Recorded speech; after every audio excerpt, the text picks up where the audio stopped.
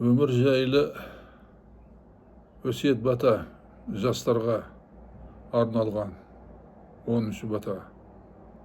Бисмиллахир-рахманир-рахим.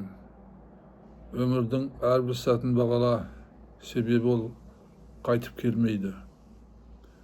Өмір сынақ, оның жеңіс қиындығына төзе біл. Өмірдің ұзақтығы емес, тереңдігі маңызды.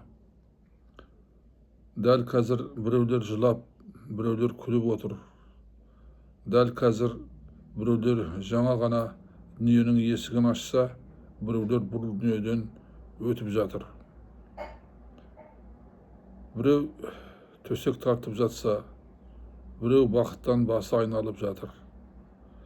Бүгін бар адам, ертең жоқ. Өмірдің барда қанағат етіп тәубә қыл. Өмір деген қас қағым, бір сәтте өте шығады. Сүрінбей сынақтардан тура өтсең, бұл сенің өмірдегі жетістігің. Аумин. Алда лайк басатын белгі бар, басып салсаңыздар құп болады маған бата таратуға, сіздерге сауап алуға. Рахмет. Аумин.